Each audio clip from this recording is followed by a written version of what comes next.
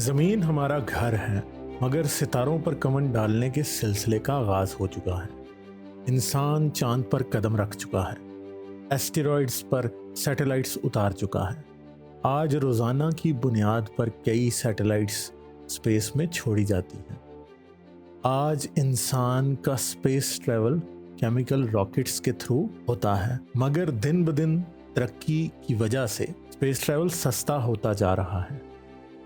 Near future में graphene और इससे मिलते जुलते दूसरे सुपर मटेरियल्स की इजाद से स्पेस एलिवेटर या ऐसी लिफ्ट बनाना पॉसिबल हो जाएगा जिसके थ्रू किसी बिल्डिंग में मुख्तलिफ फ्लोर्स के दरमियान सफ़र करती किसी लिफ्ट की तरह अर्थ की सरफेस और स्पेस के दरमियान ट्रैवल इंतहाई आसान और सस्ता हो जाएगा। इससे इंसान की आसमानी मंजिल आसान हो जाएगी और इंसान का ट्रूली स्पेस फेयरिंग सिविलाइजेशन बनना यकीनी हो जाएगा। अगले 20 साल के दौरान अमेरिकी हुकूमत और स्पेस एक्स की तरह की कुछ और प्राइवेट कंपनियां मार्स पर कॉलोनी कायम करने का ख्वाब देख रही हैं। अगर ये ख्वाब शर्मिंदा ताबीर हो गए, ऐन मुमकिन है कि कुछ लोग मार्स पर ही पैदा होंगे और वहीं जिंदा रहने के बाद मर जाएंगे। मार्स की वीक ग्रेविटी जमीन के मुकाबले में इसे स्पेस ट्रैवल और स्पेस कॉलोनाइजेशन के लिए बेहतरीन बनाती है।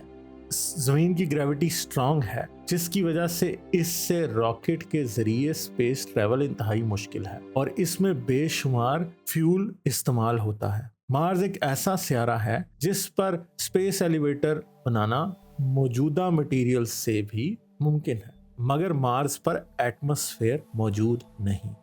इसका एटमॉस्फेयर जमीन के एटमॉस्फेयर की डेंसिटी का 100 से भी कम है।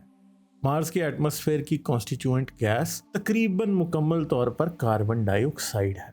एस्ट्रोनॉमर्स और जियोलॉजिस्ट के ख्याल में मार्स आज से कई अरब साल पहले जमीन ही की तरह का एक सियारा था। इस पर काफी ज्यादा पानी मौजूद था और ऐन मुमकिन है कि किसी न किसी सूरत में माइक्रो ऑर्गेनिजम्स की एवोल्यूशन भी हुई हो, मगर ये ख्यालात फिलहाल हाइपोथेसिस के ज़िम्रे में आते हैं और फ्यूचर में मजीद रिसर्च ही इस इशू में डेफिनेट आंसर दे सकती है। मगर मार्स की सरफेस को देखते हुए ये कहना बिल्कुल ठीक है कि सरफेस पर किसी वक्त पानी लिक्विड फॉर्म में मौजूद था और इसकी वजह से इरोजन यानी कटाव का प्रोसेस जा बजा देखा जा सकता है। सैटेलाइट पिक्चर्स बताती हैं कि मार्स के पोल्स पर पानी सॉलिड फॉर्म यानी बर्फ की शक्ल में मौजूद है और मार्स के कई हिस्सों में पानी सरफेस के नीचे भी मौजूद होने की स्ट्रॉन्ग पॉसिबिलिटी है, मगर इसका जवाब हासिल करने के लिए हमें मार्स की सरफेस के नीचे ड्रिलिंग करने की जरूरत पड़ेगी, जो फिलहाल कुछ डेकेड्स बाद ही हो पाएगा। मार्स के फर्स्ट कॉलोनाइजर्स खुली फिजा में सांस नहीं ले सकेंगे, बल्कि डोम हैबिटेट्स बनाकर रहना पड़ेगा। इन्हीं हैबिटेट्स में ये फसलें उगाएंगे, रहेंगे, हत्ता के मार्स पर आबाद पहले टाउन्स और सिटीज भी इन डोम हैबिटेट्स के अंदर ही बनाए जाएंगे।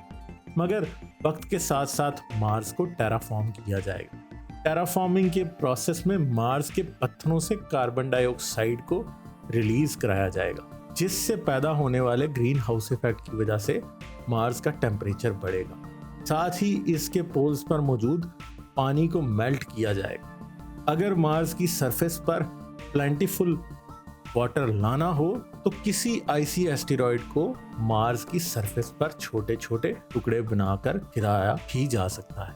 मगर किसी वक्त मार्स जमीन ही की तरह एक जिंदा सियारा था। जमीन की जिंदगी की रूट कॉज इसके कोर में मौजूद हीट है, जो इसके आउटर कोर को लिक्विड फॉर्म में रखती है। आउटर कोर में पैदा होने वाली कन्वेक्शन करंट्स जमीन को मैग्नेटिक फील्ड देती है।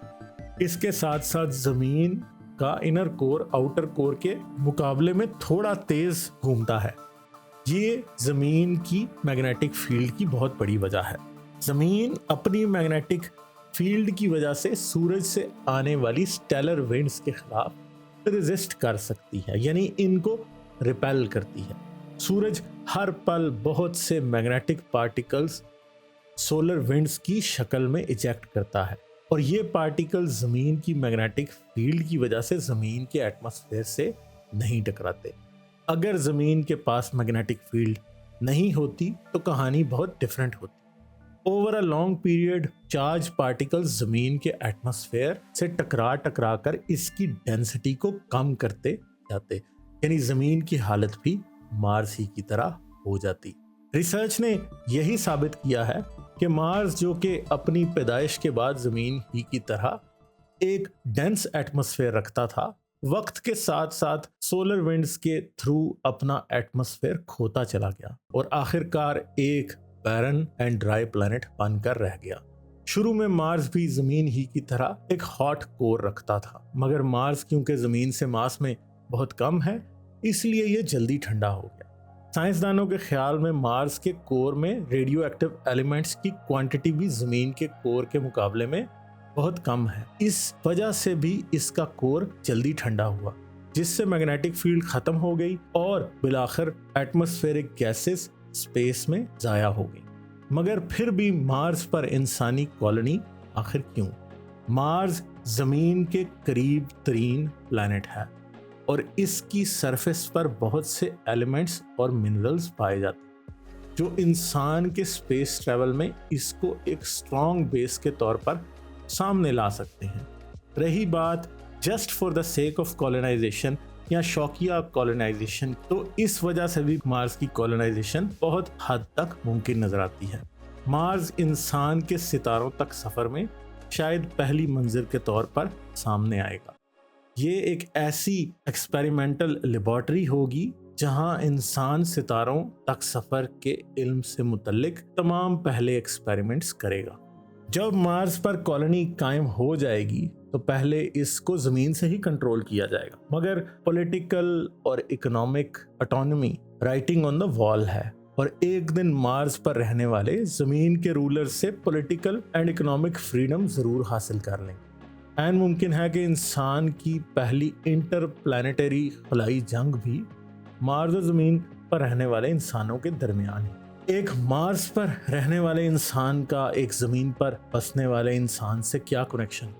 क्योंकि सदियों तक मार्स पर रहने के बाद उस इंसान का और उसके एंसेस्टर्स का रियल प्लैनेट मार्स ही होगा। यकीनन उन्हें ज़मीन से कोई ज़्यादा लगाव या मोहब्बत नहीं है।